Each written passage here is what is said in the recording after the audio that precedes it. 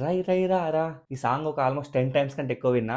ఒక్కటే మాట అండి విన్నాక, fantastic, super, mind blowing, unbelievable. ఇదిరా ఇంటెన్సిటీ అంటే, ఇదిరా మాడ్యులేషన్ అంటే, ఇదిరా డిక్షన్ అంటే, ఇదిరా హీరోయిజం అంటే. లిరిక్స్ నాకైతే పిచ్చి పిచ్చి ఎక్కేసినాయి. లిటరల్లీ ఈ సాంగ్ ముందర చిక్రీ చిక్రీ ఇస్ నథింగ్. చిక్రీ సాంగ్ కొంచెం కూడా పనికిరాదు, అంత అంటే అంత ఎక్సలెంట్ ఉంది. అసలు ఆ లిరిక్స్ మైండ్ లోకి పోవట్లేదు. జస్ట్ ఒక శాంపుల్ ఒక 3-4 లిరిక్స్ చెప్తా. పాతికేళ్లకే పాత పడిపోకురా, నీ అయ్యవడ్డి నీ బిడ్డ కడితే నువ్వేం పీకినట్టు, నిన్నట్లాగానే రేపు కూడా ఉందంటే ఇవాళ ఏం పీకినట్టు, మండే గుండె నీలో లేకుంటే కాళ్ళు చేయి ఉన్నా లేనట్టే.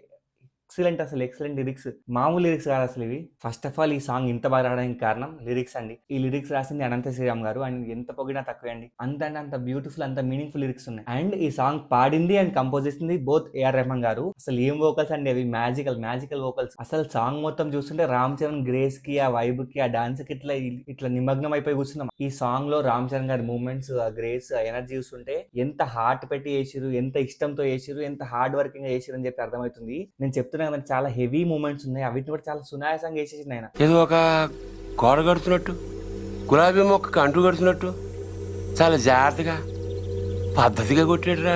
మనం సాంగ్ ని ఎంతో ప్రేమిస్తే, ఎంతో ఓన్ చేసుకుంటే, ఆ క్యారెక్టర్ ని ఎంతో ఓన్ చేసుకుని తప్పితే ఇంత మంచి మూమెంట్స్, ఇంత మంచి గ్రేస్ రాదు. ఇక్కడే మనకు అర్థమైపోతుంది రామ్ చరణ్ గారు పెద్ద మూవీ కోసం ఎంత అంటే ఎంత కష్టపడతారో, ఎంత ఓన్ చేసుకుంటారో. ఒక ప్యూర్ పల్లెటూరి రా అండ్ రస్టిక్ వైబ్ కనిపిస్తుంది. సాంగ్ అంతా ఒక్క ఎత్తు అయితే, సాంగ్ లాస్ట్ లో ఒక 2 seconds క్లిప్ ఉంటుంది. మళ్ళీ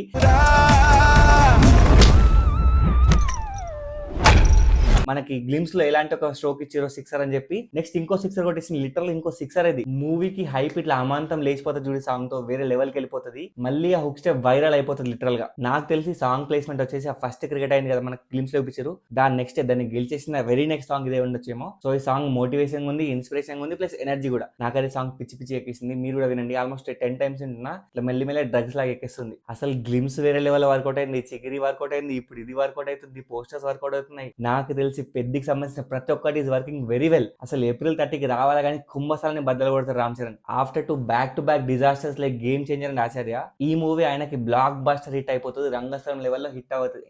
అంతకంటే ఎక్కువ హిట్ కాదు. ఇన్ఫాక్ట్ ఈ మూవీ చుట్టూ చాలా మంచి శకనాలు ఉన్నాయి, మంచి వైబ్స్ ఉన్నాయి. హోప్ ఈ మూవీ సక్సెస్ అవ్వాలని కోరుకుంటూ జై హింద్.